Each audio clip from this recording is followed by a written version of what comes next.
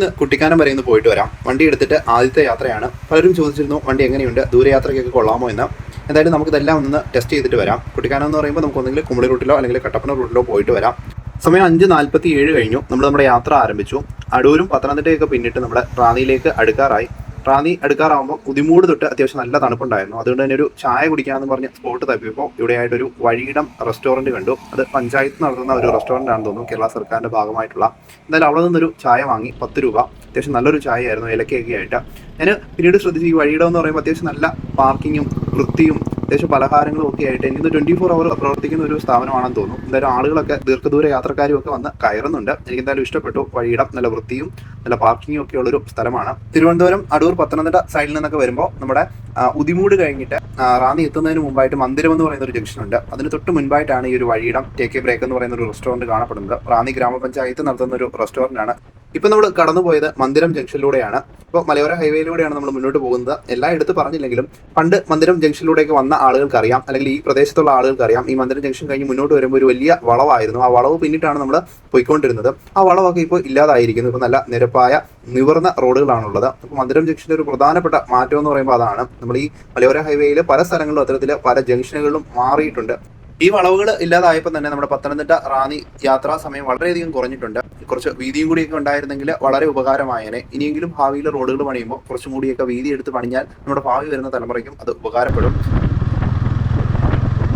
അപ്പോൾ നേരത്തെ വണ്ടി എന്ന് സൂചിപ്പിച്ചെങ്കിലും നമ്മുടെ TVSന്റെ റോണിൻ എന്ന് പറയുന്ന ഒരു വാഹനത്തിലാണ് പോകുന്നത്. TVSന്റെ റോണിൻ എടുത്തിട്ട് ഇപ്പോൾ ഏകദേശം ഒരു 5-6 മാസത്തോളമായി. സെക്കൻഡ് സർവീസും കഴിഞ്ഞിട്ടുണ്ട്. നിലവിൽ ഇതുവരെ വന്നിട്ട് വലിയ കുഴപ്പങ്ങളൊന്നുമില്ല. നമ്മൾ റാന്നി ടൗണിലേക്ക് അടുക്കുകയാണ്. ഇവിടെ എല്ലാം മഞ്ഞ വരകൾ കാണാം. ഒരു കാരണവശാലും ഓവർടേക്ക് ചെയ്യരുത് എന്ന് സൂചിപ്പിക്കുന്ന മഞ്ഞ വരകളാണവ. എങ്കിലും പലരും അതെല്ലാം ക്രോസ് ചെയ്ത് പോകുന്നുണ്ട്. പലപ്പോഴും ചിന്തിച്ചൊരു കാര്യമാണ്, റാന്നിക്ക് ഒരു നല്ല ബൈപ്പാസ് ഉണ്ടായിരുന്നെങ്കിൽ ഒരു പരിധിവരെയെല്ലാം റാന്നി ടൗണിലെ ആ ബ്ലോക്കും കാര്യങ്ങളും എല്ലാം ഒന്ന് ഒഴിഞ്ഞു കിട്ടിയതിനായിരുന്നു. പണ്ട് ദേശീയപാത 187A ഭരണിക്കാവ് വണ്ടിപ്പെരിയാർ ദേശീയപാത, നിലവിൽ ഭരണിക്കാവ് മുണ്ടക്കയം ദേശീയപാതയാണ്. ആദ്യമേ വന്ന ഒരു വാർത്ത പ്രകാരം ഭരണിക്കാവ് വണ്ടിപ്പെരിയാർ ആയിരുന്നു അലൈൻമെന്റ് നിശ്ചയിച്ചിരുന്നത്. പിന്നീട് അത് ഗവി വഴിയൊക്കെ കടന്നു പോകുന്നതും പരിസ്ഥിതി ലോല പ്രദേശമായതുകൊണ്ട് തന്നെ വനംവകുപ്പിന്റെ എതിർപ്പിനെ തുടർന്ന് അലൈൻമെന്റ് മാറ്റുകയായിരുന്നു. ആ ഒരു സമയത്ത് ഞാൻ കരുതിയത് റാന്നി വഴി ആയിരിക്കും കടന്നു പോകുന്നതെന്ന്. പിന്നീട് അലൈൻമെന്റും കാര്യങ്ങളും ഒക്കെ വന്നപ്പോഴാണ് അത് അറിഞ്ഞത്. നമ്മുടെ പത്തനംതിട്ടയിൽ നിന്ന് മണ്ണാർക്കുളഞ്ഞിയിലെത്തി ശബരിമല റൂട്ടിലേക്കാണ് പ്രവേശിക്കുന്നതെന്ന്. പക്ഷേ റാന്നി വഴി കടന്നു പോയിരുന്നുവെങ്കിൽ ഉറപ്പായിട്ടും റാന്നിക്ക് ഒരു ബൈപ്പാസ് കിട്ടിപ്പോയതിനായിരുന്നു. എങ്കിലും ഭാവിയിൽ വിവിധ പ്രോജക്റ്റുകളൊക്കെ വരാനുണ്ട്. അതിലേതെങ്കിലും ഒന്ന് റാന്നി വഴി കടന്നു പോകുന്നതിനെ പ്രതീക്ഷിക്കുന്നു. അങ്ങനെ നമ്മുടെ റാന്നിക്ക് ഒരു നല്ല ബൈപ്പാസ് കിട്ടുന്നതാണ്. 2018 പ്രളയത്തിന്റെ ഭീകരത പലരും മനസ്സിലാക്കിയത് റാന്നിയിൽ നിന്നുള്ള ദൃശ്യങ്ങൾ കണ്ടിട്ടായിരുന്നു. അന്ന് റാന്നി ടൗണിൽ KSRTC സ്റ്റാൻഡും മറ്റും മുങ്ങിക്കിടക്കുന്ന കാഴ്ചകളായിരുന്നു ആദ്യമായിട്ട് ആളുകളിലേക്ക് എത്തുന്നത്. അത്ര ഭയാനകമായ കാഴ്ചകളായിരുന്നു റാന്നിയിൽ നിന്ന് പുറത്തു വന്നത്. നിലവിലുള്ള റാന്നിയെ അതൊന്നും ബാധിക്കുന്നില്ല. ജനജീവിതമെല്ലാം സാധാരണ രീതിയിൽ നടക്കുന്നു. പത്തനംതിട്ട, തിരുവനന്തപുരം സൈഡിൽ നിന്നുള്ള സഞ്ചാരികളെല്ലാം റാന്നിയിലെത്തി മുണ്ടക്കയം വഴി ഇടുക്കിയിലേക്കും മറ്റും പോകുന്നു. നമ്മളങ്ങനെ പ്ലാച്ചേരിയിലേക്ക് എത്തിച്ചേർന്നിട്ടുണ്ട്. എൻ്റെ ഊഹം ശരിയാണെങ്കിൽ പത്തനംതിട്ട, കോട്ടയം ജില്ലകളുടെ അതിർത്തിയാണ് പ്ലാച്ചേരി എന്ന് പറയുന്നത്. പത്തനംതിട്ട, കോട്ടയം ജില്ലകളുടെ അതിർത്തിയാണെങ്കിലും നമ്മൾ ഈ പ്ലാച്ചേരിയിൽ നിന്ന് വലത്തേക്ക് തിരിഞ്ഞ് വെച്ചിച്ചിറ റൂട്ടിലേക്ക് പോകുമ്പോൾ പിന്നീട് വീണ്ടും പത്തനംതിട്ട ജില്ലയിലേക്കൊക്കെ പ്രവേശിക്കുന്നുണ്ട്. ഇനി നമ്മൾ എങ്ങും ഇറങ്ങുന്നില്ല, നേരെ മുണ്ടക്കയത്തേക്ക് പോവുകയാണ്. വീട്ടിൽ നിന്ന് ഏകദേശം 75 കിലോമീറ്റർ യാത്ര ചെയ്ത് നമ്മൾ മുണ്ടക്കയം പട്ടണത്തിലേക്ക് എത്തിച്ചേർന്നു. മുണ്ടക്കയം കോസ്വേയുടെ മുന്നിൽ കുറച്ചു നേരം നിന്ന് കാഴ്ചകളൊക്കെ കണ്ടതിന് ശേഷം നമ്മൾ ഇടുക്കി റൂട്ടിലേക്ക് പ്രവേശിക്കുകയാണ്. ഇടത്തേക്ക് പോകുമ്പോഴാണ് നമ്മൾ മുണ്ടക്കയം ടൗണിലേക്ക് പോകുന്നത്. വലത്തേക്ക് തിരിഞ്ഞ് നമുക്ക് KK റോഡിൽ ഇടുക്കി റൂട്ടിലായിട്ട് വന്ന് കയറാവുന്നതാണ്. ഇടതുഭാഗത്തായിട്ട് നമുക്ക് നമ്മുടെ മണിമലയാർ കാണാം. ഫെബ്രുവരി മാസം ആയതേ ഉള്ളൂ. ഏതാണ്ട് വെള്ളമെല്ലാം വറ്റി മണൽ പരപ്പായിട്ടാണ് കിടക്കുന്നത്. മണിമലയാറിന് വെള്ളം കൊണ്ടു കൊടുക്കുന്ന പുല്ലകയാറിൽ നിന്നാണ് പലപ്പോഴും മണിമലയാറിൽ വെള്ളപ്പൊക്കം ഉണ്ടാകുന്നത്. അതാണ് ഈ മുണ്ടക്കയം കോസ്വേ വെള്ളത്തിൽ മുങ്ങിക്കിടക്കാനായിട്ട് കാരണമാകുന്നതും. പല മഴയത്തും നമ്മൾ കാണുന്നതാണ് മുണ്ടക്കയം കോസ്വേ നിറഞ്ഞു കവിഞ്ഞ് ഒഴുകുന്നത്. ഒരു ക്യൂരിയോസിറ്റിക്ക് വേണ്ടി മഴയുടെ കണക്കൊക്കെ നോക്കുന്ന ഒരാളാണ് ഞാൻ. അങ്ങനെ നോക്കിയ ഒരു പരിചയം വെച്ച് നോക്കിയപ്പോൾ മുണ്ടക്കയം എന്ന് പറയുന്നത് കേരളത്തിലെ ഏറ്റവും കൂടുതൽ മഴ ലഭിക്കുന്ന പ്രദേശങ്ങളിൽ ഒന്നാണ്. മുണ്ടക്കയം മാത്രമല്ല, മുണ്ടക്കയത്തിന് സമീപത്തുള്ള കൂട്ടിക്കലായാലും വെമ്പിളി ആയാലും കൊക്കയാർ ആയാലും അല്ലെങ്കിൽ അതിന് വലതുഭാഗത്തുള്ള കോരൂത്തോട് ഭാഗമായാലും ഇവിടെയെല്ലാം അത്യാവശ്യം നല്ല മഴ ലഭിക്കുന്ന പ്രദേശങ്ങളാണ്. നമ്മളങ്ങനെ KK റോഡിലേക്ക് വന്ന് കയറിയിട്ടുണ്ട്. KK റോഡ് അല്ലെങ്കിൽ പുതിയ പേരിൽ പറഞ്ഞു കഴിഞ്ഞാൽ NH 183 ദേശീയപാത 183ലേക്കാണ് നമ്മൾ പ്രവേശിച്ചിരിക്കുന്നത്. മുണ്ടക്കയം 35-ാം മൈലിലേക്കാണ് നമ്മൾ എത്തിച്ചേർന്നിരിക്കുന്നത്. പ്രധാനപ്പെട്ട 2 റോഡുകളാണ് ഇവിടുന്ന് പിരിഞ്ഞു പോകുന്നത്. ഇപ്പോൾ കണ്ട ഇടത്തേക്കുള്ള റോഡ് പോകുന്നത് കൊക്കയാർ വഴി കൂട്ടിക്കൽ ഭാഗത്തേക്കാണ്. കൊക്കയാർ അല്ലെങ്കിൽ ബോയ്സ് എസ്റ്റേറ്റ് ഒക്കെ വരുന്നത് ആ ഒരു ഭാഗത്തായിട്ടാണ്. ഇവിടുന്ന് വലത്തേക്ക് താഴേക്കൊരു വഴി കാണാം. അത് പാലൂർക്കാവ് തെക്കേമല ഭാഗത്തേക്കുള്ള റോഡാണ്. അതുവഴി നമുക്ക് പാഞ്ചാലിമേടിലേക്കും പോകാവുന്നതാണ്. അങ്ങനെ മല കയറി നമ്മൾ ഏകദേശം കൊടികുത്തിയിലേക്ക് എത്തിച്ചേർന്നിട്ടുണ്ട്. കൊടികുത്തി നമുക്ക് കാലിച്ചന്തയും ഒക്കെ ആയിട്ട് ഫേമസ് ആയിട്ടുള്ള ഒരു പ്രദേശമാണ്. കുറച്ച് വർഷങ്ങൾക്ക് മുമ്പ് കൊടികുത്തി ജംഗ്ഷന്റെ മുൻഭാഗത്തായിട്ട് താഴെയുള്ള എസ്റ്റേറ്റിലെ റബ്ബർ മരങ്ങൾ മുറിച്ചു മാറ്റിയതിന്റെ ഫലമായിട്ട് ഒരു പുതിയ വ്യൂ പോയിന്റ് ഉയർന്നു വന്നിട്ടുണ്ട്. അതെന്തായാലും ഇതുവഴി പോകുന്ന സഞ്ചാരികൾക്കൊക്കെ അനുഗ്രഹമാണ്. നമ്മൾ മുണ്ടക്കയത്ത് നിന്ന് കുമളി അല്ലെങ്കിൽ കുട്ടിക്കാനം ഭാഗത്തേക്കൊക്കെ പോകുമ്പോഴേക്കും തുടക്കത്തിൽ തന്നെ ഒരു നല്ല വ്യൂ പോയിന്റ് ആസ്വദിച്ച് മുകളിലേക്ക് കയറി പോകാവുന്നതാണ്. സ്ഥിരമായിട്ട് മഴയുള്ള ദിവസങ്ങളൊക്കെ ആണെങ്കിൽ താഴെ നമ്മുടെ മേഘങ്ങളൊക്കെ വന്ന് നിൽക്കുന്ന കാഴ്ച അതിമനോഹരമാണ്. താഴെയായിട്ടുള്ളത് മേലോരം, കൊക്കയാർ തുടങ്ങിയ ഭാഗങ്ങളൊക്കെയാണ്.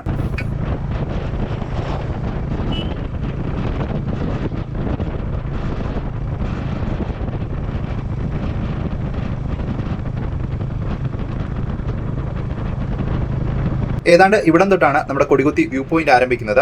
ഒന്നുകിൽ മഴക്കാലത്ത് കൊടികുത്തിയിൽ ഇറങ്ങി നിന്നാൽ നല്ല കാഴ്ചയായിരിക്കും, അല്ലെങ്കിൽ വേനൽ മഴ സമയത്ത് അതിരാവിലെ നമ്മുടെ ഈ ഒരു ഭാഗത്ത് വന്ന് നിന്നാലും നല്ല കാഴ്ചയായിരിക്കും. കാരണം നമ്മുടെ കൊക്കയാർ അല്ലെങ്കിൽ മേലോരം ഭാഗത്തേക്ക് മുകൾ ഭാഗത്തായിട്ട് മേഘങ്ങൾ ഇറങ്ങി നിൽക്കുന്ന കാഴ്ച നമുക്ക് ഈ കൊടികുത്തിയിൽ നിന്ന് കാണാൻ സാധിക്കുന്നതാണ്. സമയം ഏതാണ്ട് 8 മണിയായിട്ടുണ്ട്. നമ്മൾ വീട്ടിൽ നിന്നൊരു 5:30 കഴിഞ്ഞപ്പോൾ ഇറങ്ങിയതാണ്. എന്തായാലും വിശന്ന് തുടങ്ങിയിട്ടുണ്ട്. ഇനി അധികം നേരം വിശന്ന് നമുക്ക് വണ്ടി ഓടിക്കാൻ കഴിയില്ല. എന്തായാലും അടുത്ത് കാണുന്നൊരു കടയിൽ കയറാം. കുട്ടിക്കാനത്തിന് ഇനി ഒരു 10-15 മിനിറ്റ് സമയം ദൂരമുണ്ട്. അതുകൊണ്ട് തന്നെ നമുക്ക് തൊട്ടടുത്ത് കാണുന്ന കടയിൽ കയറാം. ഇവിടെയായിട്ട് നമ്മൾ സ്ഥിരം കയറുന്ന ഒരു കടയുണ്ട്. ഹിൽ വ്യൂ റെസ്റ്റോറൻറ്റ് എന്നായിരുന്നു പണ്ടത്തെ പേര്. ഇപ്പോൾ അതിൻ്റെ പേരെന്താണെന്ന് അറിയില്ല. മൗണ്ടൻ വ്യൂ റെസ്റ്റോറൻറ്റ് എന്തോ മറ്റോ ആണ്. എന്തായാലും ഇവിടെ തന്നെ കയറി നമുക്ക് ആഹാരം കഴിക്കാം. അത്യാവശ്യത്തിന് പാർക്കിങ്ങും കാര്യങ്ങളൊക്കെ ഉള്ളൊരു ഹോട്ടലാണ്. നമ്മൾ കയറി വന്നപ്പോൾ ഒരു സൂപ്പർ ഫാസ്റ്റ് ബസ് കിടക്കുന്ന കണ്ടു. ഞാൻ വിചാരിച്ചു ഇനി KK റോഡിൽ സൂപ്പർ ഫാസ്റ്റ് സർവീസുകൾ കുറവാണ്. നോക്കിയപ്പോൾ ഇത് ഉല്ലാസയാത്രക്കാരാണ്. കൊല്ലം ഡിപ്പോ എങ്ങാണ്ടാണെന്ന് തോന്നുന്നു. ഉല്ലാസയാത്രയ്ക്കായിട്ട് വന്ന ആളുകൾ ആഹാരം കഴിക്കാനായിട്ട് ഒതുക്കി നിർത്തിയിരിക്കുകയാണ്. ഞാൻ എന്തായാലും ഒരു ബാൽക്കണി സീറ്റ് ഒപ്പിച്ച് കാഴ്ചകളൊക്കെ കണ്ടുകൊണ്ട് തന്നെ കഴിക്കാമെന്ന് കരുതി. പക്ഷേ വലിയ മഞ്ഞും കാര്യങ്ങളൊന്നുമില്ല. നോർമലായിട്ടുള്ളൊരു ഡേ ആണ്. ഫെബ്രുവരി മാസത്തിൽ വലിയ തണുപ്പുണ്ട് എങ്കിലും മഞ്ഞൊന്നും കാണാനില്ല. ഞാൻ എന്തായാലും ചെറിയ രീതിയിൽ ആഹാരം ഓർഡർ ചെയ്ത് കഴിക്കാൻ തീരുമാനിച്ചു. ഒരു ചായയും ഓർഡർ ചെയ്തു.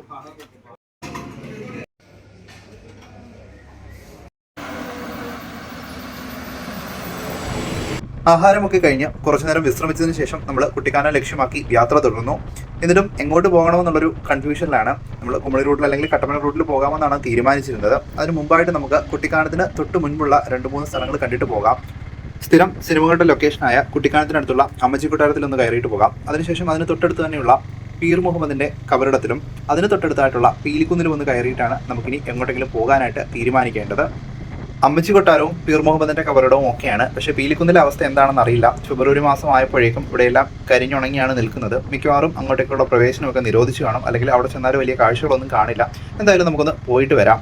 ചുറ്റുമുള്ള ചെടികളും മറ്റും കരിഞ്ഞുണങ്ങി നിൽക്കുകയാണെങ്കിലും മിനിമം ഒരു തണുപ്പ് നമുക്ക് കുട്ടിക്കാനം റൂട്ടിലും ഇടുക്കിയിലെ മറ്റ് സ്ഥലങ്ങളിലും പോയാൽ ഗ്യാരണ്ടി ആയിട്ട് കിട്ടുന്നതാണ്. അതുകൊണ്ട് തന്നെ നമുക്ക് യാത്രയിലൊട്ടും മടുപ്പ് തോന്നുകയില്ല. അതുകൊണ്ട് തന്നെയാണ് വേനൽക്കാലത്തും സഞ്ചാരികളെല്ലാം ഇടുക്കിയിലേക്ക് ഒഴുകുന്നത്. നമ്മൾ ഏതാണ്ട് മുറിഞ്ഞപുഴ അടുക്കാറായിട്ടുണ്ട്. മുറിഞ്ഞപുഴയിൽ നിന്നാണ് വലത്തേക്ക് തിരിഞ്ഞ് നമുക്ക് പാഞ്ചാലിമേട്ടിലേക്ക് പോകേണ്ടത്. ഇതാണ് മുറിഞ്ഞപുഴ ജംഗ്ഷൻ എന്ന് പറയുന്നത്. ഇവിടെ നിന്ന് വലത്തേക്കാണ് നമുക്ക് പാഞ്ചാലിമേട്ടിലേക്ക് പോകേണ്ടത്. നമ്മളെന്തായാലും പാഞ്ചാലിമേട്ടിലേക്ക് ഇപ്പോൾ പോകുന്നില്ല. നമുക്ക് നേരെ കുട്ടിക്കാനത്തേക്ക് തന്നെ പോകാം. മുറിഞ്ഞപുഴ കഴിഞ്ഞാൽ പിന്നെ നമ്മുടെ വളഞ്ഞങ്ങാനമാണ്. വളഞ്ഞങ്ങാനം വെള്ളച്ചാട്ടം ചാർലി സിനിമയിലെ ഒരൊറ്റ ചോദ്യം കൊണ്ട് തന്നെ ഫേമസ് ആയൊരു വെള്ളച്ചാട്ടമാണ്. നിലവിലെ വളഞ്ഞങ്ങാനത്തിൻ്റെ അവസ്ഥ പരിതാപകരമാണ്. ഫെബ്രുവരി ആയപ്പോഴേക്കും വറ്റി വരണ്ട് കിടക്കുകയാണ്. എങ്കിലും സഞ്ചാരികൾ മനസ്സോടെ ഇവിടെ ഇറങ്ങി കാഴ്ചകൾ കാണാനായിട്ട് നിൽക്കുന്നുണ്ട്. ഒരു കാഴ്ചയുമില്ല. ഇനി കാണാം വേനൽമഴ സമയത്ത് വീണ്ടും ആക്റ്റീവ് ആയാലേ ഉള്ളൂ. വേനൽമഴ സമയത്തൊക്കെ സാധാരണ വളഞ്ഞങ്ങാനം വെള്ളച്ചാട്ടം ആക്റ്റീവ് ആകാറുണ്ട്. ഒരു ദിവസം തലേന്ന് പെയ്ത വെള്ളം പിറ്റേന്ന് വരുന്ന സഞ്ചാരികൾക്ക് അനുഗ്രഹമായിട്ട് നിറഞ്ഞു കവിഞ്ഞൊഴുകാറുണ്ട്. നമ്മളെന്തായാലും വളഞ്ഞങ്ങാനത്ത് ഇറങ്ങിയില്ല. നമുക്ക് നേരെ കുട്ടിക്കാനത്തേക്ക് തന്നെ പോകാം. വളഞ്ഞങ്ങാനത്ത് നിന്ന് മുന്നോട്ട് വരുമ്പോഴേക്കും 2 വലിയ വളവുകൾ കാണാം. അതിനകത്ത് ഒരു വളവെന്ന് പറയുന്നത് വളരെ അപകടം പിടിച്ച ഒന്നാണ്. ഇവിടെയായിട്ട് ക്രാഷ് ബാരിയറും ഒക്കെ സ്ഥാപിച്ചിട്ടുണ്ടെങ്കിൽ പോലും പല സമയത്തും തമിഴ്നാട്ടിൽ നിന്ന് വരുന്ന ലോറികളൊക്കെ ഈ റോഡിൽ നിന്ന് തട്ടി താഴേക്ക് പതിച്ച് അപകടങ്ങൾ ഉണ്ടാവാറുണ്ട്. ഇത്തരത്തിൽ അപകടം പിടിച്ചൊരു വളവാണിത്.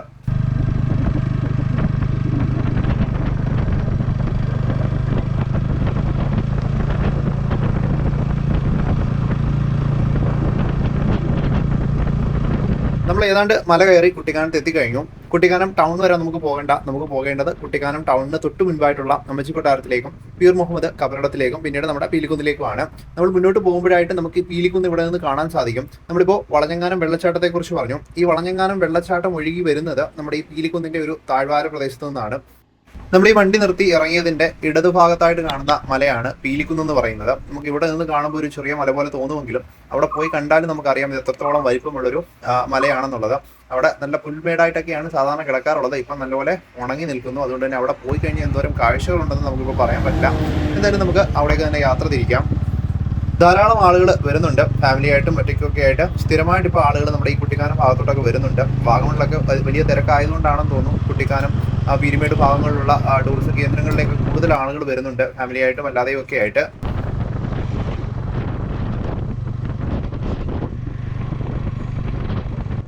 അതിരാവിലെ കുമളിയിൽ നിന്നും മറ്റും കോട്ടയം ലക്ഷ്യമാക്കി പോകുന്ന KSRTC ബസ്സുകളൊക്കെ കാണാം. എന്തായാലും ബസ്സുകൾക്ക് ഒരു പഞ്ഞമില്ലാത്ത റൂട്ടാണ് നമ്മുടെ ഈ കുമളി കോട്ടയം അല്ലെങ്കിൽ കട്ടപ്പന കോട്ടയം റൂട്ട് എന്ന് പറയുന്നത്, അല്ലെങ്കിൽ ചങ്ങനാശ്ശേരി. ഈ ഒരു ഭാഗത്തേക്ക് നിരവധി ബസ്സുകൾ രാത്രിയും പകലുമായിട്ട് സർവീസ് നടത്തുന്നുണ്ട്. നമ്മുടെ കോടമഞ്ഞൊക്കെ ഉള്ള സമയത്ത് ഇങ്ങനെ ബസ്സുകൾ ലൈറ്റൊക്കെ ഇട്ട് പോകുന്ന കാഴ്ചകൾ കാണാൻ തന്നെ നല്ലൊരു ഭംഗിയുള്ള കാഴ്ചയാണ്.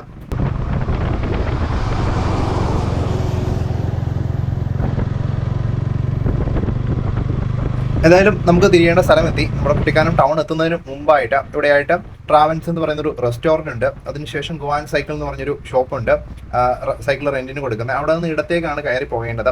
പീർ മുഹമ്മദ് ഖബറിടം എന്ന് പറഞ്ഞെങ്കിലും ഇവിടെ ബോർഡ് എഴുതി വെച്ചേക്കുന്നത് പീർ മുഹമ്മദ് മക്ബറ എന്നാണ്. അതിന്റെ വ്യത്യാസം എന്താണെന്ന് എനിക്കറിയില്ല. അപ്പോൾ ആ ഒരു റൂട്ടിലാണ് നമ്മൾ കയറേണ്ടത്. ഇവിടെയായിട്ട് PWD ഇൻസ്പെക്ഷൻ ബംഗ്ലാവ് ഒക്കെ ഉണ്ട്. ആ കാണുന്ന കോൺക്രീറ്റ് റോഡിലൂടെ ഏകദേശം ഒരു 2-3 കിലോമീറ്റർ പോയാൽ തന്നെ നമുക്ക് അമ്മച്ചി കൊട്ടാരത്തിലേക്ക് എത്തിച്ചേരാവുന്നതാണ്. അപ്പോൾ നമ്മൾ ഇന്ന് ആദ്യമായിട്ട് പോകാൻ പോകുന്നത് അമ്മച്ചി കൊട്ടാരത്തിലേക്ക് തന്നെയാണ്. നിരവധി സിനിമകൾക്ക് ഷൂട്ടിംഗ് ലൊക്കേഷൻ ആയിട്ടുള്ള അമ്മച്ചി കൊട്ടാരത്തിലേക്ക്.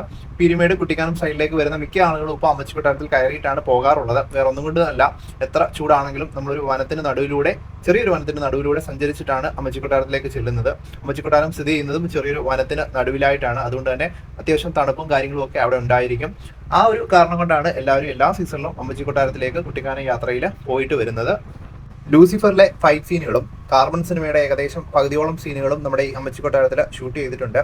റോഡ് വലിയ കുഴപ്പമില്ല. നമ്മൾ കയറിയ ആ ഒരു ഭാഗം തൊട്ട് കോൺക്രീറ്റ് റോഡ് ഉണ്ടായിരുന്നു. അത് കഴിഞ്ഞ് കുറച്ച് കഴിഞ്ഞപ്പോൾ കോൺക്രീറ്റ് കഴിഞ്ഞു, പിന്നീട് ചെറിയ ടാർ റോഡായി. ഇടയ്ക്ക് വെച്ച് വീണ്ടും കോൺക്രീറ്റ് റോഡ് ആവുന്നുണ്ട്. എത്ര ദൂരം ഉണ്ടെന്ന് അറിയില്ല. എന്തായാലും അമ്മച്ചി കൊട്ടാരത്തിന് മുന്നിലൂടെയുള്ള റോഡ് വളരെ മോശമാണ്. ഞാൻ കഴിഞ്ഞൊരു സമയത്ത് വന്നപ്പോഴും ഭയങ്കര മോശമായിട്ട് കിടന്നതാണ്. ഇനി നന്നാക്കിയോന്നും അറിയില്ല. ഇവിടെയായിട്ട് വരുമ്പോൾ നമുക്ക് 2 റോഡ് പിരിഞ്ഞു പോകുന്നുണ്ട്, ഒന്ന് വലത്തേക്കും ഇടത്തേക്കും. നമുക്ക് പോകേണ്ടത് ഇടത്തേക്കാണ്. ഈ ഒരു സ്ഥലം എത്തുമ്പോൾ നമ്മൾ നോർത്താൽ മതി. ഇടത്തേക്ക് തിരിഞ്ഞിട്ടാണ് നമുക്ക് അമ്മച്ചി കൊട്ടാരം അല്ലെങ്കിൽ പീലിക്കുന്ന് റൂട്ടിലേക്ക് പോകേണ്ടത്. നമുക്ക് മുന്നേ ആളുകൾ പോകുന്നുണ്ട്. അത്യാവശ്യം ഈ റൂട്ടിലൂടെ ട്രാവലറും ചെറിയ ചെറിയ ബസ്സുകളും ഒക്കെ എടുത്തുകൊണ്ട് പോകുന്നത് കാണാം. ഇപ്പം ഇവിടം തൊട്ട് റോഡ് ഒരല്പം മോശമാണ്, എങ്കിലും കുഴപ്പമില്ല. 2 സൈഡിലും നല്ല കാഴ്ചകളൊക്കെ ആയതുകൊണ്ട് പതുക്കെ ഡ്രൈവ് ചെയ്ത് അങ്ങ് പോയാൽ മതി. വനമേഖലയാണ് 2 വശത്തും. ചെറിയ ചെറിയ കിളികളുടെ ശബ്ദവും ഒക്കെ കേൾക്കാം. അപ്പം നമ്മുടെ വണ്ടി ഒരു ഓഫ് റോഡ് വെഹിക്കിളൊന്നും അല്ല, എങ്കിലും അത്യാവശ്യം മോശമില്ലാത്ത രീതിയിൽ നമുക്ക് ഈ ഒരു വഴിയിൽ പോകാൻ പറ്റും. ഇതൊരു ഓഫ് റോഡെന്നൊന്നും പറയാൻ പറ്റില്ല, റോഡ് പൊളിഞ്ഞു കിടക്കുകയാണ്. പിന്നീട് റോഡിനെ കുറിച്ച് പൊതുവായിട്ട് ആളുകൾ പറയുന്നത് റോഡിന്റെ ഫ്രണ്ട് സസ്പെൻഷൻ അല്പം സ്റ്റിഫാണെന്നാണ് പറയുന്നത്. എനിക്ക് അത്രയധികം ഫീൽ ചെയ്തിട്ടില്ല. ഞാൻ മോശം റോഡുകളിലൂടെയൊക്കെ പോയിട്ടുണ്ട്. പിന്നീട് ബാക്കിലത്തെ മോണോഷോക്കിനെ കുറിച്ച് പറഞ്ഞു കഴിഞ്ഞാൽ അത് നല്ല സോഫ്റ്റ് ആണ്. പില്ലിയൻ ആയാലും നമുക്ക് ഓടിക്കുന്നവർക്കായാലും വലിയ ബുദ്ധിമുട്ടൊന്നും അനുഭവപ്പെടുന്നില്ല. നമ്മളങ്ങനെ അമ്മച്ചി കൊട്ടാരത്തിന്റെ ഗേറ്റിൽ എത്തിയിട്ടുണ്ട്. നേരെ കിടക്കുന്ന വഴി നമ്മുടെ പീർ മുഹമ്മദ് മക്ബറയിലേക്കും നമ്മുടെ പീലിക്കുന്നിലേക്കും ഒക്കെ ഉള്ളതാണ്. ഈ കാണുന്ന ഗേറ്റിനകത്തുകൂടി പോയാൽ നമുക്ക് അമ്മച്ചി കൊട്ടാരത്തിലേക്ക് ചെല്ലാവുന്നതാണ്. നമുക്ക് മുന്നിലായിട്ട് ആളുകൾ പോകുന്നുണ്ട്. ഇവിടുന്ന് അങ്ങോട്ട് റോഡ് കുറച്ചുകൂടി മോശം അവസ്ഥയിലാണ്. കാറൊക്കെ കൊണ്ടുവരുമ്പോൾ എനിക്കൊന്ന് അടിയൊക്കെ തട്ടാൻ സാധ്യതയുണ്ട്. അതുകൊണ്ട് തന്നെ നോക്കിയൊക്കെ എടുത്തുകൊണ്ട് ഈ വഴിയിൽ വരിക. ലൂസിഫർ സിനിമയിൽ ഈ ഒരു അമ്മച്ചി കൊട്ടാരം കാണിക്കുന്നുണ്ടെങ്കിലും അത്ര ഭംഗിയായിട്ട് എനിക്ക് തോന്നിയിട്ടില്ല. കാരണം അതിന്റെ പകുതിയോളം സെറ്റ് ഇട്ടിട്ടാണ് നമ്മുടെ ആ ഒരു ഫൈറ്റ് സീനിലാണ് ഈ ഒരു ഭാഗം കാണിക്കുന്നത് അമ്മച്ചി കൊട്ടാരത്തിന്റെ. പക്ഷെ ഏറ്റവും കൂടുതൽ അമ്മച്ചി കൊട്ടാരത്തിന്റെ ഭംഗിയും ആ ഒരു ഭാഗങ്ങളും എല്ലാം പകർത്തി വെച്ചിരിക്കുന്നത് നമ്മുടെ കാർബൺ സിനിമയിലാണ്. കാർബൺ സിനിമയിലെ പല ഷോട്ടുകളിലും അമ്മച്ചി കൊട്ടാരം അത്ര മനോഹരമായിട്ട് ഷൂട്ട് ചെയ്തിട്ടുണ്ട്. ഇതിപ്പോ ഫെബ്രുവരി മാസം ആയതുകൊണ്ടാണ്, അല്ലെങ്കിൽ മിക്ക സമയങ്ങളിലും ഇവിടെ കോടമഞ്ഞിറങ്ങിയാണ് നിൽക്കാറുള്ളത്.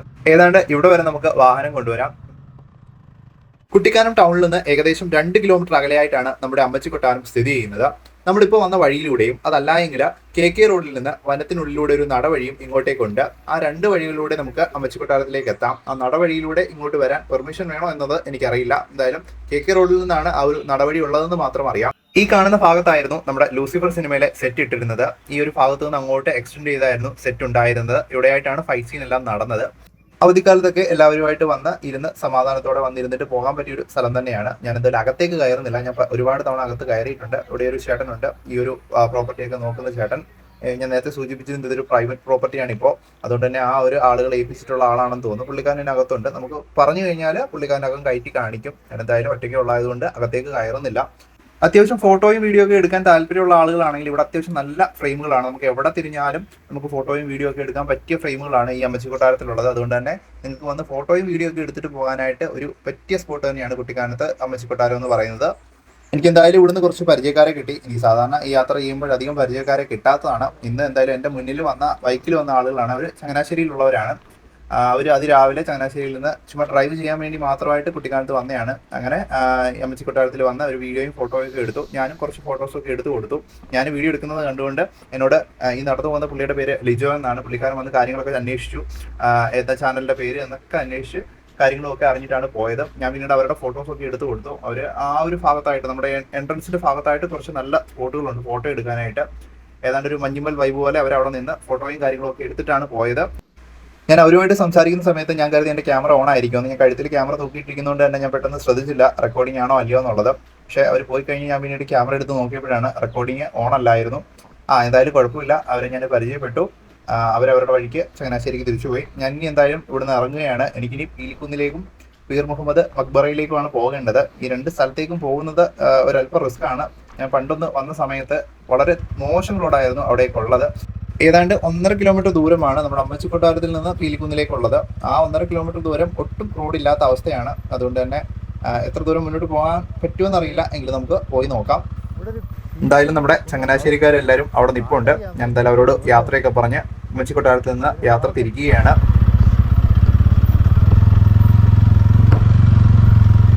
ഈ കാണുന്ന ഗേറ്റിൽ നിന്ന് ഇടത്തേക്കാണ് നമുക്ക് പോകേണ്ടത്. നമ്മൾ കുട്ടിക്കാനം സൈഡിൽ നിന്ന് വന്നത് വലത്തു നിന്നുള്ള വഴിയിലായിരുന്നു. ഇടത്തേക്ക് തിരിഞ്ഞ് ഒരു 1.5 കിലോമീറ്റർ ആണ് നമുക്ക് പീലിക്കുന്നിലേക്കുള്ളത്. അത് ഇതുപോലത്തുള്ള റോഡ് തന്നെയാണ്. കുറച്ചുകൂടി മുന്നോട്ട് പോകുമ്പോൾ ഇതിലും മോശമായി മാറുകയുള്ളൂ. പോകുന്ന വഴിയിലായിട്ട് നമുക്ക് വളരെ പഴക്കം ചെന്ന കെട്ടിടങ്ങളൊക്കെ കാണാം, ഇടിഞ്ഞു പൊളിഞ്ഞ കെട്ടിടങ്ങളും. പിന്നീട് എനിക്ക് തോന്നുന്നു ഫാക്ടറികളും ഒക്കെ ആണെന്ന് തോന്നുന്നു, കൃത്യമായിട്ട് അറിയില്ല. സൈഡിലായിട്ട് കാട് പിടിച്ചൊക്കെ ഓരോ ബിൽഡിങ്ങുകളൊക്കെ കിടപ്പുണ്ട്. ഒറ്റയ്ക്ക് വരുമ്പോൾ നമുക്കൊരു പേടിയൊക്കെ തോന്നും. എന്നാലും കുഴപ്പമില്ല, നമ്മൾ മുന്നോട്ടൊക്കെ പോയാൽ മതി. കുറച്ച് ദൂരം മുന്നോട്ട് പോയപ്പോഴേക്കും റോഡ് തീർത്തും മോശമായി. എങ്കിലും കുഴപ്പമില്ല, നമുക്ക് വേണമെങ്കിൽ ഇങ്ങനെ തെന്നി ഇങ്ങനെ അങ്ങ് പോവാം. അതുപോലെയുള്ളൊരു കണ്ടീഷനിലാണ് കിടക്കുന്നത്. ചിലയിടത്തൊക്കെ നല്ല രീതിയിൽ കല്ലുകൾ ഇളകി കിടപ്പുണ്ട്. പാറയാണ് കൂടുതലായിട്ടുള്ളത്. എനിക്കൊന്നത് പണ്ടെപ്പോഴോ കോൺക്രീറ്റ് ചെയ്തിട്ട് പിന്നീട് അത് ഇളകി പോയതാണെന്ന് തോന്നുന്നു. നല്ല രീതിയിൽ വെള്ളം ഒഴുകി പോകുന്നൊരു ഏരിയയാണ് നമ്മുടെ ഈ കുട്ടിക്കാനം സൈഡിലെ ഈ ഒരു ഭാഗമൊക്കെ. അതുകൊണ്ട് തന്നെ പല സ്ഥലങ്ങളിലും ഇങ്ങനെ വെള്ളം കുത്തിയൊലിച്ചാണ് ഇത്തരത്തിൽ കുഴികളൊക്കെ രൂപം കൊണ്ടതെന്ന് തോന്നുന്നു. എങ്കിലും വരുമ്പോൾ നിങ്ങൾ സൂക്ഷിച്ചു പോരുക. ഒറ്റയ്ക്കൊക്കെ വരുമ്പോൾ വളരെയധികം ബുദ്ധിമുട്ടായിരിക്കും, നമുക്ക് നല്ല ബോറടിക്കും. അല്ലെങ്കിൽ സുഹൃത്തുക്കളൊക്കെ ആയിട്ട് വരികയാണെങ്കിൽ കുഴപ്പമില്ല, നിങ്ങൾക്ക് കാര്യമൊക്കെ പറഞ്ഞ് പതുക്കെ മുന്നോട്ട് പോകാം. ഇനി അതുമല്ല എങ്കിൽ ഇവിടെ എവിടെയെങ്കിലും വണ്ടി ഒതുക്കിയിട്ട് നിങ്ങൾക്ക് നടന്നു പോയാലും വലിയ കുഴപ്പമില്ല. ഏകദേശം 1.5 കിലോമീറ്റർ ദൂരമാണ് നമ്മുടെ പീർ മുഹമ്മദിൻ്റെ മർഖബയിലേക്കുള്ളത്. അത് കഴിഞ്ഞിട്ട് കുറച്ച് ദൂരം, ഒരു 500 മീറ്ററോ 600 മീറ്ററേ ഉള്ളൂ നമുക്ക് പീലിക്കുന്നിലേക്ക് നടന്ന് കയറാനായിട്ട്. അതുകൊണ്ട് തന്നെ വണ്ടിയിൽ വരുന്നുണ്ടെങ്കിൽ ഈ ഒരു കുഴിയും കല്ലുകളും എല്ലാം ആസ്വദിച്ച് വേണം മുന്നോട്ട് പോകാനായിട്ട്. അതല്ലെങ്കിൽ വളരെയധികം മടുപ്പ് തോന്നും. അഥവാ അമ്മച്ചി കൊട്ടാരത്തിനടുത്ത് തന്നെ പാർക്ക് ചെയ്യണമെന്നില്ല. അവിടുന്ന് കുറച്ചുകൂടി മുന്നോട്ട് പോയി കഴിഞ്ഞാൽ നമുക്ക് നല്ല റോഡുണ്ട്. ഒരു 500 മീറ്ററോളം എനിക്കൊന്നും നല്ല റോഡാണ്. നല്ല റോഡെന്ന് പറഞ്ഞാൽ വലിയ ബുദ്ധിമുട്ടില്ലാത്ത റോഡാണ്. അവിടെ എവിടെയെങ്കിലും നിങ്ങൾക്ക് വണ്ടി പാർക്ക് ചെയ്തിട്ട് പിന്നീട് നടന്നു വരാം, അത് ബുദ്ധിമുട്ടില്ല. എനിക്ക് പണ്ട് ഈ ഓഫ് റോഡിനോട് പ്രത്യേകിച്ച് വലിയ താല്പര്യമൊന്നുള്ള ആളല്ല. പക്ഷേ ഈ അഡ്വഞ്ചർ ബൈക്കുമായിട്ട് ഈ റോഡൊക്കെ എൻജോയ് ചെയ്ത് യാത്ര പോകുന്ന ആളുകളെ ഞാൻ കണ്ടിട്ടുണ്ട്. അവർക്കൊക്കെ ഇതൊരു നല്ല എക്സ്പീരിയൻസ് ആയിരിക്കും. പിന്നീട് നമുക്ക് ഈ ഓഫ് റോഡ് ഇഷ്ടം അല്ലെങ്കിൽ പോലും അതൊക്കെ താണ്ടി പോയി കാണുന്ന ഒരു കാഴ്ച എന്ന് പറഞ്ഞാൽ അത്ര മനോഹരമാണെങ്കിൽ ചിലപ്പോൾ നമുക്കിതെല്ലാം ഒന്ന് മറക്കാൻ തോന്നും. കാരണം കാഴ്ചകളാണ് നമ്മൾ ഏറ്റവും ഇഷ്ടപ്പെടുന്നത്. അതിനകത്ത് നമ്മൾ പോകുന്ന വഴിയൊന്നും ചിലപ്പോൾ നമ്മളെ ബാധിക്കുന്നതല്ലായിരിക്കും. ആ ഒരു ഡെസ്റ്റിനേഷൻ എന്ന് പറയുന്നത് അത്ര മനോഹരമാണെങ്കിൽ. ഏതാണ്ട് ഒരു 1 കിലോമീറ്ററോളം ഞാൻ മുന്നോട്ട് വന്നു. ഞാൻ നോക്കിയപ്പോൾ ഇനി എന്തായാലും ഒരു 500 മീറ്റർ ദൂരമേ ഉള്ളൂ. ഞാനങ്ങനെ എന്തായാലും വഴിയിൽ എവിടെയെങ്കിലും ഒന്ന് ഒതുക്കിയിട്ട് നടന്നു പോകാനായിട്ട് തീരുമാനിച്ചു. അപ്പോൾ ഇവിടെയായിട്ട് ഒരു വളവുണ്ട്, നമുക്ക് ഇവിടെ നമ്മുടെ വണ്ടി വെക്കാം. എന്നിട്ട് കുറച്ച് നടക്കാനേ ഉള്ളൂ. 400 മീറ്റർ നടക്കുമ്പോഴേക്കും നമ്മുടെ പീർ മുഹമ്മദിന്റെ മക്ബറയിലെത്തും. അതിനുശേഷം വീണ്ടും ഒരു 300 മീറ്റർ ആണെന്ന് തോന്നുന്നു മുകളിലേക്ക്, മലമുകളിലേക്കാണ് കയറേണ്ടത്. അവിടെയാണ് പീലിക്കുന്നുള്ളത്. പീലിക്കുന്നിന്റെ താഴ്ഭാഗത്തും കാഴ്ചകളുണ്ട്. നമ്മളിപ്പോൾ ഈ വണ്ടി വെച്ചതിന്റെ മുകളിലേക്ക് ഒരു വഴി കിടപ്പുണ്ട്. അവിടെ നിന്നാലും ഒരു വ്യൂ പോയിന്റ് ഉണ്ട്. അത് കഴിഞ്ഞിട്ട് നമ്മൾ മുന്നോട്ട് പോകുമ്പോൾ പീർ മുഹമ്മദിന്റെ മക്ബറയുടെ തൊട്ട് താഴെയായിട്ട് മറ്റൊരു വ്യൂ പോയിന്റ് ഉണ്ട്. നമ്മൾ നടന്ന് പീർ മുഹമ്മദിന്റെ മക്ബറയുടെ തൊട്ടടുത്തെത്തി. ഇവിടെ എല്ലാം തീയിട്ട് നിർത്തിയിരിക്കുകയാണ്. എനിക്ക് തോന്നുന്നു ഫോറസ്റ്റുകാർ തീയിട്ട് കൂടുതൽ സ്ഥലങ്ങളിലേക്ക് അത് പടരാതിരിക്കാൻ വേണ്ടി തീയിട്ടതാണോ അതോ തന്നെ തീ പിടിച്ചതാണോ എന്നൊന്നും അറിയില്ല. എന്തായാലും നമുക്ക് ആ വ്യൂ പോയിന്റിലേക്ക് ഒന്ന് നടന്നു പോകാം. ഇത് നമ്മുടെ പീർ മുഹമ്മദിന്റെ മക്ബറയ്ക്ക് അടുത്തുള്ള വ്യൂ പോയിന്റ് ആണ്. നമ്മുടെ ഒറിജിനൽ പീലിക്കുന്ന് പറയുമ്പോൾ ഇവിടുന്ന് കുറച്ചുകൂടി മുകളിലേക്ക് കയറണം. നമ്മൾ നടന്ന് മുന്നിലേക്ക് എത്തുന്നത് പീർ മുഹമ്മദ് മക്ബറയുടെ മുന്നിലേക്കാണ്. അവിടെ വരെയാണ് നമുക്ക് വാഹനങ്ങൾ കൊണ്ടുവരാൻ പറ്റുന്നത്. അവിടെ നിന്ന് ഈ ഒരു വഴിയിലൂടെ മുന്നോട്ട് നടക്കുമ്പോഴാണ് ഈ ഒരു കാഴ്ച നമ്മൾ കാണുന്നത്. അത്യാവശ്യം വളരെ മനോഹരമായ ഒരു കാഴ്ചയാണിത്. നമ്മുടെ മുന്നിലായിട്ട് KK റോഡാണ്. KK റോഡിലൂടെ പോകുന്ന വാഹനങ്ങളും മറ്റും നമുക്ക് ഇവിടെ നിന്ന് വളരെ വ്യക്തമായിട്ട് കാണാം. മഴക്കാലത്താണെങ്കിൽ ഈ ഒരു കാഴ്ചയുടെ ഭംഗി ഇരട്ടിക്കും. കാരണം എന്ന് പറഞ്ഞാൽ മഴ സമയത്ത് എപ്പോഴും കോടമഞ്ഞ് നിറഞ്ഞു നിൽക്കുന്ന ഒരു പ്രദേശമാണ് ഈ പീലിക്കുന്നും പരിസര പ്രദേശം എന്ന് പറയുന്നത്. ഇപ്പോൾ വേനൽക്കാലമായിട്ട് കൂടി ഞാൻ ഇവിടെ നിന്ന് കാണുന്ന കാഴ്ചകൾ എന്ന് പറയുന്നത് അത്ര മനോഹരമാണ്. എൻ്റെ മുന്നിലൂടെ KK റോഡിൽ കൂടി കുമളിയും കുട്ടിക്കാനും ഒക്കെ ലക്ഷ്യമാക്കി കടന്നു പോകുന്ന വാഹനങ്ങളാണ് കാണാൻ കഴിയുന്നത്. തൊട്ടുപുറകിലായിട്ട് നമുക്ക് തൃശങ്കു റിസോർട്ട് കാണാം. അവിടെയായിട്ടാണ് നമ്മുടെ പോലീസ് ക്യാമ്പൊക്കെ വരുന്നത്. KAP 5ാം ബറ്റാലിയന്റെ ആസ്ഥാനം. ഈ കാണുന്നതാണ് പീർ മുഹമ്മദിന്റെ മക്ബറ. പീർ മുഹമ്മദിന്റെ പേരിലാണ് പിൽക്കാലത്ത് പീരുമേട് അറിയപ്പെട്ടത്. പീരുമേട് എന്ന പേര് വന്നത് പീർ മുഹമ്മദിന്റെ പേരിൽ നിന്നാണ്. അദ്ദേഹത്തിന്റെ മക്ബറയാണ് നമ്മുടെ കുട്ടിക്കാനത്ത് പീലിക്കുന്നിന്റെ താഴ്ഭാഗത്തായിട്ട് ഉള്ളത്. തീർത്ഥാടകരും സഞ്ചാരികളുമായ നിരവധി ആളുകളാണ് പീർ മുഹമ്മദിന്റെ മക്ബറ കാണാനായിട്ട് ഇവിടേക്ക് എത്തുന്നത്. റോഡ് മോശമായി കിടക്കുന്നത് കൊണ്ട് തന്നെ അധികം സഞ്ചാരികളൊന്നും ഇവിടേക്ക് എത്തിച്ചേരുന്നില്ല. നമ്മൾ എന്തായാലും പീലിക്കുന്ന് മലയുടെ മുകളിലേക്ക് കയറുന്നില്ല. തീപിടുത്തത്തിന് സാധ്യതയുള്ളതിനാൽ ജീവൻ പണയം വെച്ച് എന്തായാലും ഞാൻ അതിന് മുകളിലേക്ക് പോകുന്നില്ല. അതുകൊണ്ട് തന്നെ ഞാൻ തിരിച്ച് നമ്മുടെ ബൈക്ക് ഇരിക്കുന്ന സ്ഥലത്തേക്ക് എത്തിച്ചേർന്നു. അവിടെ മുകളിലായിട്ടൊരു വ്യൂ പോയിന്റ് ഉണ്ട്, അവിടെ ഒന്ന് കയറി കാണാൻ തീരുമാനിച്ചു. ഇവിടെയും അവസ്ഥ തീരെ മോശമാണ്. നല്ല പുൽമേടായിട്ട് കിടന്ന പ്രദേശങ്ങളെല്ലാം ഉണങ്ങി കരിഞ്ഞു നിൽക്കുകയാണ്. ഏത് നിമിഷവും തീ പിടിക്കാമെന്നൊരു അവസ്ഥയിലാണ് പുൽമേടുകളെല്ലാം കിടക്കുന്നത്. എന്തായാലും സമയം 10 മണിയായിട്ടുണ്ട്. നമുക്കിനി തിരിച്ചു പോകാം. കുട്ടിക്കാനം ടൗണിൽ ചെന്നിട്ട് ഇനി എങ്ങോട്ട് പോകണമെന്ന് തീരുമാനിക്കണം. എന്തായാലും ഞാൻ നിങ്ങൾക്ക് ഒരു അഡ്വൈസ് തരാം. അഡ്വൈസ് ആയിട്ടൊന്നും കണക്കാക്കണ്ട. വേനൽക്കാലത്ത് നിങ്ങൾ ഇവിടെ വളരെ കഷ്ടപ്പെട്ടൊന്നും എത്തിച്ചേരേണ്ട ആവശ്യമില്ല. കാഴ്ചകളുണ്ട് എങ്കിൽ പോലും നിങ്ങൾക്ക് ഇതിലും നല്ല കാഴ്ചകൾ കിട്ടുന്ന മറ്റ് സ്ഥലങ്ങൾ ഇടുക്കിയിൽ തന്നെയുണ്ട്. പിന്നീട് ഇനിയൊരു ഹോപ്പ് എന്ന് പറയുമ്പോൾ നമ്മുടെ വേനൽ മഴയൊക്കെ നല്ല രീതിയിൽ ലഭിക്കുന്ന ഒരു സമയമാണെങ്കിൽ കുറച്ച് പച്ചപ്പൊക്കെ ഇവിടെ വരാൻ സാധ്യതയുണ്ട്. ആ ഒരു വേനൽ മഴയൊക്കെ കിട്ടിക്കഴിഞ്ഞിട്ട് നിങ്ങളൊരു മെയ് മാസം അല്ലെങ്കിൽ ഏപ്രിൽ മാസമൊക്കെ വന്നൊന്ന് നോക്കി, അല്ലെങ്കിൽ ഇവിടുത്തെ ആളുകളുടെ അഭിപ്രായം ചോദിച്ചിട്ട് ഇങ്ങോട്ട് വരികയാണെങ്കിൽ കുഴപ്പമില്ല. പക്ഷേ ഈ ഒരു ഫെബ്രുവരി മാസമൊക്കെ ആകുമ്പോഴത്തേക്ക് ഇപ്പോൾ ഉണങ്ങി നിൽക്കുകയാണ്. ഫെബ്രുവരിയിൽ സാധാരണ മഴയും കുറവായതുകൊണ്ട് തന്നെ ആ ഒരു പച്ചപ്പൊന്നും നമുക്ക് ആസ്വദിക്കാനായിട്ട് പറ്റില്ല. ഒന്നുകിൽ നിങ്ങൾ വേനൽ മഴയുടെ അവസ്ഥ നോക്കിയിട്ട് ഏപ്രിൽ മെയ് മാസത്തിൽ ഈ ഒരു ഭാഗത്തേക്ക് വരിക. അതല്ലെങ്കിൽ നിങ്ങൾ ഈ ഒരു ഭാഗം ഒഴിവാക്കുക. അമ്മച്ചി കൊട്ടാരം വരെ വന്നിട്ട് തിരിച്ചു മറ്റു സ്ഥലങ്ങളിലേക്ക് പോവുക. എന്തായാലും നമ്മുടെ മുന്നിലൊരു കാറ് പോകുന്നുണ്ട്. ഞാൻ ഇതുവരെ വന്നതൊക്കെ ഒരു വണ്ടി പോലും എൻ്റെ ഓപ്പോസിറ്റ് പോയി കണ്ടില്ല. എനിക്ക് തോന്നുന്നു ഇവർ കുറച്ച് ദൂരം മുന്നോട്ട് പോയിട്ട് വഴി മോശമായതുകൊണ്ട് തിരിച്ചു പോവുകയാണ്. അതല്ല എങ്കിൽ അവർ അവിടെ എവിടെയെങ്കിലും വന്നിട്ട് തിരിച്ചു പോവുകയാണ്. എന്തായാലും എനിക്കൊരു കൂട്ടായി എന്ന് പറയാൻ പറ്റില്ല. ഞാൻ കുറച്ച് പിന്നിലാണ്. ഞാൻ അവരുടെ തൊട്ടുപുറകിലേക്ക് വെച്ച് പിടിക്കുകയാണ്. കുറഞ്ഞ പക്ഷം നമ്മുടെ പീർ മുഹമ്മദ് മക്ബറ വരെയുള്ള റോഡെങ്കിലും നന്നാക്കിയിരുന്നെങ്കിൽ ആളുകൾക്ക് ആ ഒരു ഭാഗമൊക്കെ പോയി കണ്ട് ആസ്വദിച്ചിട്ട് മടങ്ങി വരാമായിരുന്നു. കുറച്ച് അടിസ്ഥാന സൗകര്യങ്ങളൊക്കെ ഏർപ്പെടുത്തി കഴിഞ്ഞാൽ കുട്ടിക്കാനം ടൗണിൽ തന്നെ സ്ഥിതി ചെയ്യുന്ന ഒരു പ്രധാനപ്പെട്ട വ്യൂ പോയിന്റ് ആയിട്ട് നമ്മുടെ പീലിക്കുന്ന് വ്യൂ പോയിന്റ് മാറും. ഇപ്പോൾ പൊളിഞ്ഞു കിടന്ന റോഡിൽ നിന്ന് നമ്മൾ ടാർ റോഡിലേക്ക് വന്ന് കയറിയിട്ടുണ്ട്. നമ്മൾ നേരത്തെ വന്ന സമയത്ത് അമ്മച്ചി കൊട്ടാരത്തിലേക്ക് തിരിഞ്ഞു പോകുന്ന ഒരു റോഡെന്ന് പറഞ്ഞു. വലത്തേക്കുള്ള ആ റോഡെന്ന് പറയുമ്പോൾ നമ്മുടെ പീരുമേട് മോഡൽ റെസിഡൻഷ്യൽ സ്കൂളിലേക്കുള്ളതാണ്. ഒരു വലിയ വ്യൂ പോയിന്റും ഒക്കെ ഉള്ള ഒരു അടിപൊളി സ്കൂളാണ് ആ ഒരു ഭാഗത്തായിട്ടുള്ളത്. നമ്മുടെ നേർക്ക് ഒരു ബസ് വരുന്നുണ്ട്. ആദ്യം വന്ന് ഭയന്നു, ഒരു ഗ്യാപ്പ് പോലും തരാതെ കയറി വരുന്നത് കണ്ട് പിന്നീടാണ് ശ്രദ്ധിച്ചത് ഇത് നമ്മുടെ അയൽക്കാരനാണ്. എൻ്റെ വീടിന് തൊട്ടടുത്തുള്ള ഒരു ബസ് സർവീസാണ് സൊസൈറ്റി, അവരുടെ ബസ്സാണ്. അമ്മച്ചി കൊട്ടാരത്തിൽ ഷൂട്ടിംഗ് വല്ലതും നടക്കുന്നുണ്ടോ എന്ന് ചോദിച്ചതാണ്. അവർ അമ്മച്ചി കൊട്ടാരം ലക്ഷ്യമാക്കി പോവുകയാണ്. നമുക്ക് എന്തായാലും തിരിച്ച് കുട്ടിക്കാനത്തേക്ക് തന്നെ മടക്കാം. സമയം ഏതാണ്ട് 10:30 നമ്മൾ കുട്ടിക്കാനം ടൗണിലേക്ക് എത്തിച്ചേർന്നു. അത്യാവശ്യം തണുപ്പുണ്ട്, അതിൻ്റെ കൂടെ തന്നെ ചൂടും അടിക്കുന്നുണ്ട്. നമുക്കറിയാം ഫെബ്രുവരി മാസമൊക്കെ ആകുമ്പോഴത്തേക്ക് കേരളത്തിൽ അത്യാവശ്യം നല്ല രീതിയിൽ ചൂടായി തുടങ്ങും. അതിൻ്റെ ഒരു ചൂട് നമ്മുടെ കുട്ടിക്കാനത്തും അനുഭവപ്പെടുന്നുണ്ട്. പണ്ട് കുട്ടിക്കാനം ടൗണിൽ വരുമ്പോൾ ആദ്യമേ നമ്മൾ തിരഞ്ഞെടുക്കുന്നത് കുമളി റൂട്ടായിരിക്കും. കാരണം റോഡ് അത്ര നല്ലതായിട്ട് കിടക്കുന്നത് കുമളി റൂട്ടിലാണ്. പക്ഷേ ഇപ്പോൾ കട്ടപ്പന റൂട്ടും അതുപോലെ മനോഹരമായിട്ട് കിടക്കുകയാണ്. നമ്മുടെ മലയോര ഹൈവേയുടെ ഭാഗമായിട്ട് അത്ര മനോഹരമായ റോഡാണ് കുട്ടിക്കാനത്ത് നിന്ന് ഏലപ്പാറ വഴി കട്ടപ്പനയിലേക്കുള്ളത്. ടൗണിലായിട്ട് നമ്മുടെ മരിയൻ കോളേജ് ഉണ്ട്. നമ്മുടെ ആസിഫലിയൊക്കെ പഠിച്ച മരിയൻ കോളേജാണ് നമ്മുടെ റൈറ്റ് സൈഡിലായിട്ട് കാണപ്പെടുന്നത്. കുട്ടിക്കാനം എന്ന് പറയുമ്പോൾ നമ്മുടെ വിദ്യാഭ്യാസ സ്ഥാപനങ്ങളൊക്കെ തുടങ്ങാൻ പറ്റിയ ഒരു സ്ഥലമാണ്. അത്യാവശ്യം നല്ല ക്ലൈമറ്റാണ്. ആളുകൾക്കൊക്കെ വന്ന് പഠിക്കാനും മറ്റു കാര്യങ്ങൾക്കൊക്കെ ആയിട്ട് നല്ലൊരു ക്ലൈമറ്റാണ് കുട്ടിക്കാനത്തുള്ളത്. അതുകൊണ്ട് തന്നെ ഒരുപാട് വിദ്യാഭ്യാസ സ്ഥാപനങ്ങൾ നമ്മുടെ കുട്ടിക്കാനത്തും പരിസര പ്രദേശങ്ങളുമായിട്ടുണ്ട്. അതിൽ ഒന്നാണ് നമ്മുടെ മരിയൻ കോളേജ്. അത് കഴിഞ്ഞ് നമ്മുടെ മാർ ബസേലിയസ് എഞ്ചിനീയറിംഗ് കോളേജ് ഉണ്ട് പീരുമേടിനും കുട്ടിക്കാനത്തിനും ഇടയിലായിട്ടുള്ളത്. അതുപോലെയുള്ള നിരവധി വിദ്യാഭ്യാസ സ്ഥാപനങ്ങളാണ് കുട്ടിക്കാനത്തും പരിസര പ്രദേശങ്ങളുമായിട്ട് ഉള്ളത്. ഏതാണ്ട് ഏലപ്പാറ എടുക്കാറായി. നമ്മൾ ഏലപ്പാറ ടോപ്പിലൊന്ന് ഇറങ്ങി വിശ്രമിക്കാൻ തീരുമാനിച്ചു. ഏലപ്പാറ ടോപ്പിൽ നിന്നുള്ള കാഴ്ച ഇപ്പോൾ അതിമനോഹരമാണ്. പണ്ട് റോഡ് മോശമായിരുന്ന സമയത്ത് പോലും സഞ്ചാരികൾ വന്നു നിന്ന് കാഴ്ചകൾ കാണുന്ന ഒരു സ്ഥലമായിരുന്നു. ഇപ്പോൾ റോഡ് നവീകരണത്തിന്റെ ഭാഗമായിട്ട് നമുക്ക് നിന്ന് കാഴ്ചകൾ കാണുവാനായിട്ട് ഒരു ഭാഗമൊക്കെ കെട്ടി ഉണ്ടാക്കി വെച്ചിട്ടുണ്ട്. അതുകൊണ്ട് തന്നെ അവിടെ നിന്ന് താഴേക്കുള്ള കാഴ്ചകൾ അതിമനോഹരമാണ്. താഴേക്കുള്ള കാഴ്ചകൾ എന്ന് പറയുമ്പോൾ നമ്മുടെ ഏലപ്പാറയിൽ നിന്ന് വാഗമണിലേക്കുള്ള റോഡ് കടന്നു പോകുന്ന കാഴ്ചയാണ് അവിടെ നിന്ന് കാണാൻ സാധിക്കുന്നത്.